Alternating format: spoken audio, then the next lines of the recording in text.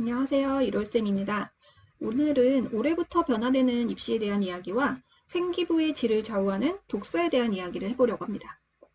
올해부터 대입에 독서가 미반영 된다는 이야기 들어보셨죠? 이렇게 대입에 독서가 미반영 된다라는 이야기에 그럼 이제 더 이상 책을 안 읽어도 되는지 이런 질문을 종종 받습니다. 그럼 독서를 안 해도 되는 것일까요? 하지만 결론을 말씀드리자면요. 독서는 한층 더 중요해졌다고 할 수 있겠습니다. 오늘 전해드리는 이야기는요. 현직 교사들이 집필하신 생기부 필독서 100이란 책의 일부 내용을 발췌했습니다. 이 책은 얼마 전 발간된 신간이고요. 과학고, 자공고, 일반고 학생들을 성공적인 입시로 이끈 10여 년 차의 이상의 현직 고등학교 선생님들이 쓰신 책입니다. 저자들은 이 세 특에서 학생의 역량과 노력을 가장 효과적으로 드러낼 수 있는 방법을 독서라고 제시를 하고 있습니다.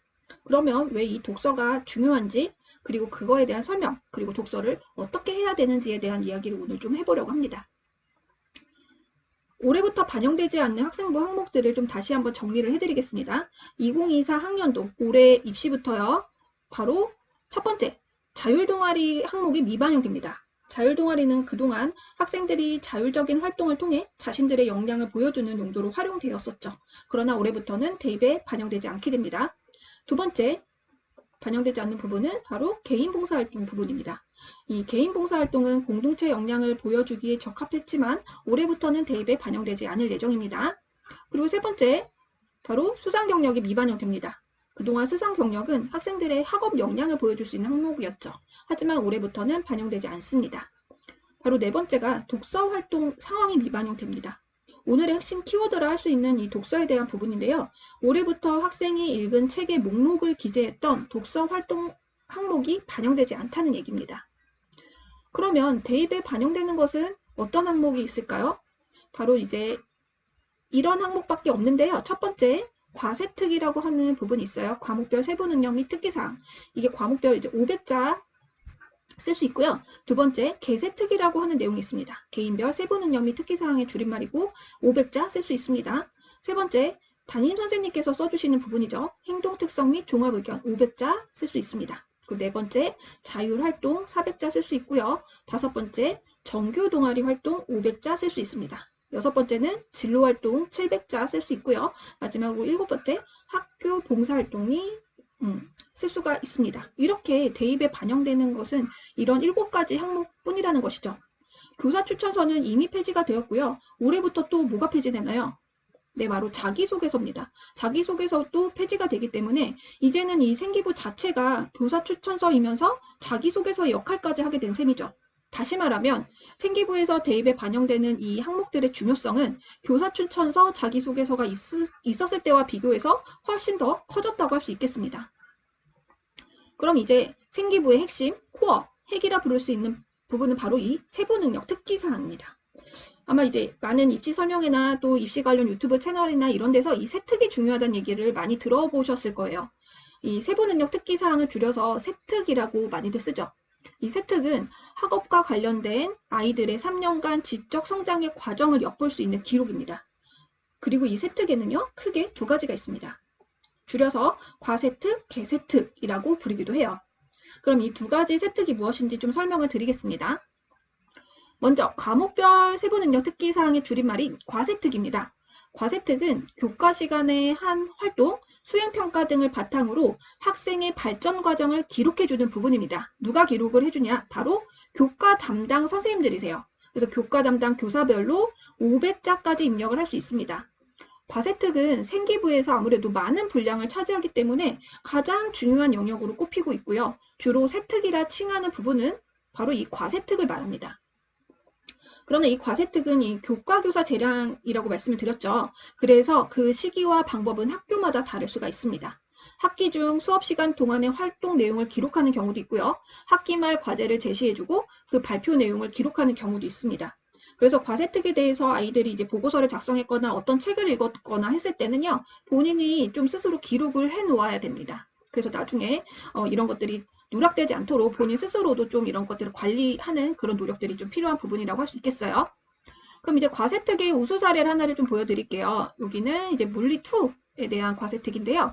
여기 보시면 영화 속 물리학 찾기 수행평가로 영화 앤트맨이란 영화를 보았죠, 이 학생이. 그리고 여기서 양자세계에 관심이 생깁니다. 그래서 파이만의 6가지 물리 이야기, 독서를 했죠. 그렇게 해서 심화한 사례를 보여주는 거예요. 이렇게 과제특에서 중요한 것은요. 교과교사가 학기 초에 계획한 내용을 바탕으로 활동 내용을 기록한다는 데 있어요. 그래서 수업 시간이 정말 중요합니다. 그리고 이제 아이들이 과제를 제출하는 그런 과제 제출형 기록의 경우에도요. 학생 개인의 역량에 따라 그 내용이 달라지기 때문에 주어진 과제를 얼마큼 성실하게 수행해 나가느냐 이런 것이 무엇보다 중요해진 상황이라고 할 수 있겠습니다. 두 번째, 개세특입니다. 개세특은 개인별 세부 능력 특기사항의 줄임말이에요.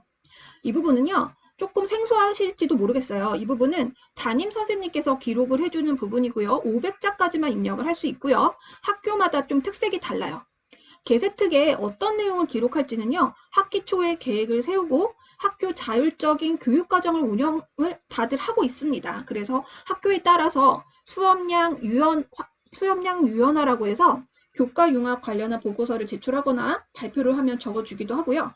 학생들의 독서 기록을 받아서 진로와 연관된 구체적 내용을 기록해주는 학교도 있습니다. 따라서 이 개세특은요. 아무나 쓸 수 있는 것이 아니라 우리 학교 교육과정, 그러니까 아이가 다니는 이 교육과정에 편성되어 있지 않으면 임의대로 쓸 수 없는 부분이라는 것을 꼭 기억을 하셔야 됩니다. 그래서 담임 선생님께 우리 학교에서 개인별 세특에 기록할 수 있는 프로그램이 있는지 무엇이 있는지 이런 것들을 확인을 해보셔야 하는 부분이세요. 그러면 이제 개세특에 대해서 그 에듀진이라는 기사에 나온 우수 사례를 하나 설명을 드릴게요. 이 학생은요, 그 1학년 때 교내 토론왕 선발대회에서 동상을 수상했습니다. 그리고 2학년 때 또 같은 대회에서 금상을 수상했는데요. 이 학생에 대한 기록입니다. 이 학생은 자연계열 학생이에요. 근데 이렇게 토론대회에서 상을 받음으로써 의사소통 능력 또한 뛰어남을 부각시키고자 이렇게 개인별 세부 능력 특기사항에 기록한 경우입니다. 여기 기억을 보시면 기억을 통해 교내 토론한 그 대회에서 실제적으로 이 학생이 수행한 경험을 제시했고요. 이를 통해 학생이 배우고 성장한 부분은 바로 이 니은에서 언급을 했습니다. 그래서 이 개세특은요, 과세특에 가려져 있고 좀 잘 알지 못하는 그런 부분이라서 지나치기 쉽습니다. 그래서 이렇게 지금 학생부 기록 분량도 줄어들고 미반영되는 요소도 많아지는 상황에서 개세특이 우리 학교에서 쓸 수 있다면 요긴하게 활용할 수 있는 그런 공간입니다. 그래서 만약 우리 아이가 다니는 학교에 이렇게 쓸 수 있는 프로그램이 있다면 놓치는 일이 없어야겠습니다.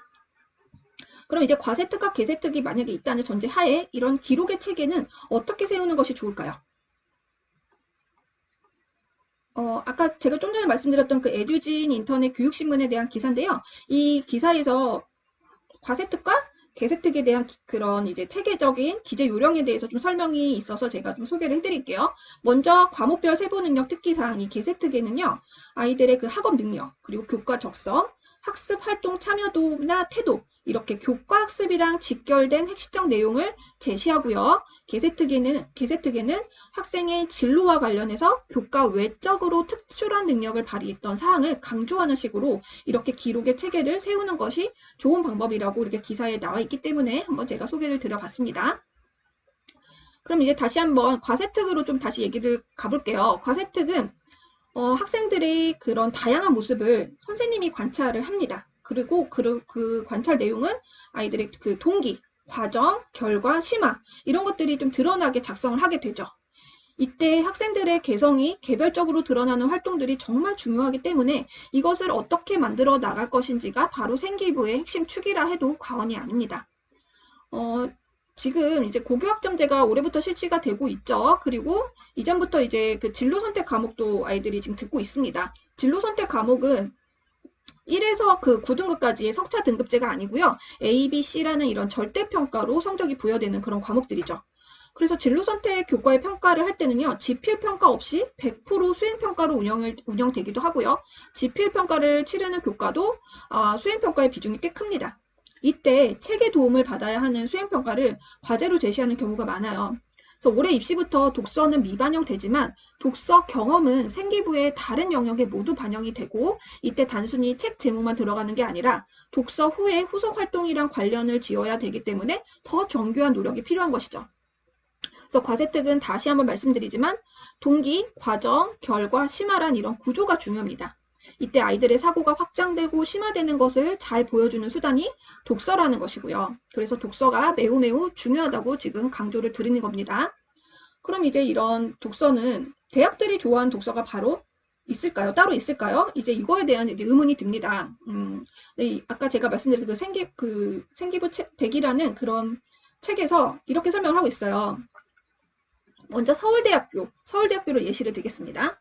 서울대학교가 2023학년도까지는 자기소개서에 이렇게 재학기간 중 읽었던 책 중 자신에게 가장 큰 영향을 준 책 2권을 선정하고 그 이유를 기술하는 부분이 있었습니다.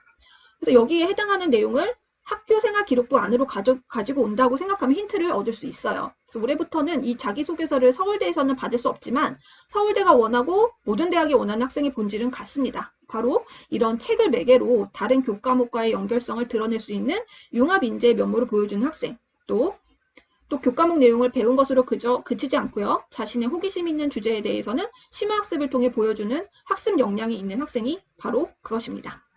그래서 이전에 이렇게 원래 있었던 자기소개서의 항목을 생기부 안으로 가져오라는 거, 이것을 첫 번째 힌트로 우리가 받아들일 수 있겠어요. 두 번째는 이제 카이스트입니다. 카이스트 경우에는 올해 입시에서도 자기소개서를 폐기하지 않아 여전히 남아 있습니다.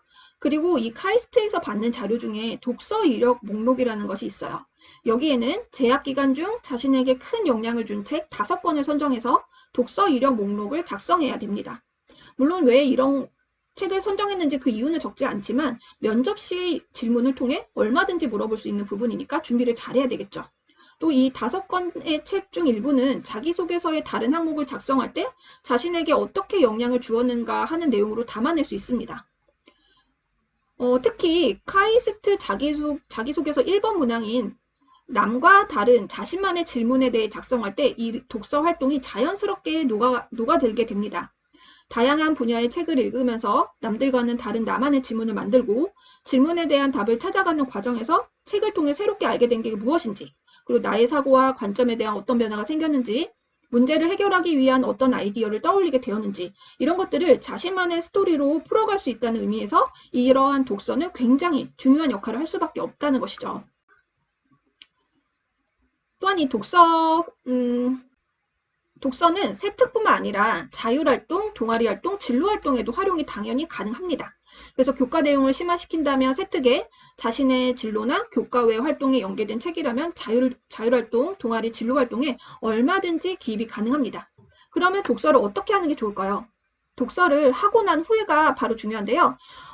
독서를 후에는 반드시 책의 줄거리, 기억에 남는 장면, 인상적인 문구, 그리고 책을 읽고 느낀 점, 책을 읽게 된 동기, 책이 나에게 미친 영향, 이런 것들을 구체적으로 기록을 해놓아야 됩니다.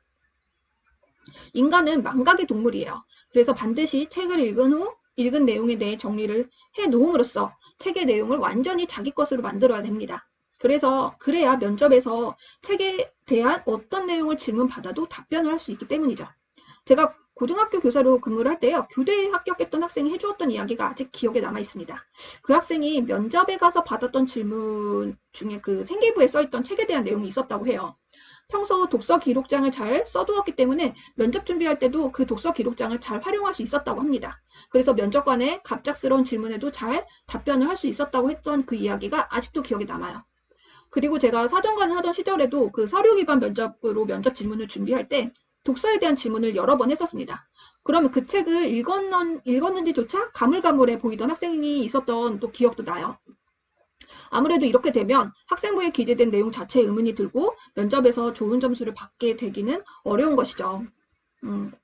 그래서 이렇게 독서 기록장 예시 여기 나와 있는 것처럼요. 이렇게 하나의 양식을 만들어서요. 꾸준히 기록을 해 나가시길 바랍니다. 그래서 이 예시의 한글 파일은 제 블로그에도 올려두고요. 제가 댓글창이나 그 내용에 주소를 올려놓을 테니까 필요하신 부분은 들어가서 다운을 받으시면 되겠습니다. 이 독서 기록은 초등학생부터 강조하는 것이기도 하죠. 그래서 저희 아이도 지금 이렇게 독서 기록장을 쓰고 있더라고요. 초등학생인데. 그래서 초등학생부터 책을 읽은 후에 이렇게 감명 깊게 읽은 책에 대해서는 독서 기록장을 써보는 연습을 습관화한다면 다가올 고교학점제 미래형 대입제도에도 가장 알맞는 대처를 하게 되는 것이 아닐까 하는 생각을 합니다. 대입에서 이렇게 자기소개서가 폐지되고 세특이 중요해지고 미래형 대입제도에는 수시 정시가 통합될지도 모르고 수능은 논술형이 생길지도 모른다 등등 이렇게 막연하고도 불안한 이야기들이 들려옵니다. 그럴 때는 늘 본질을 생각하고 우리 아이가 갈 방향만 정확히 잡아 놓으시면 된다고 생각을 해요. 지금처럼 교육정책이 바뀌고 입시가 바뀌는 혼란의 시대에서는 우리 아이에게 지금 무엇이 필요하고 어떤 것에 중점을 두어야 하고 우선순위를 두어야 하는지 그 방향 설정을 잘 하시면 됩니다. 결국 가장 중요한 것은요. 국영수 기초 탄탄히 다지면서 아이가 지나온 학년에 학습 결손이 없어야 됩니다.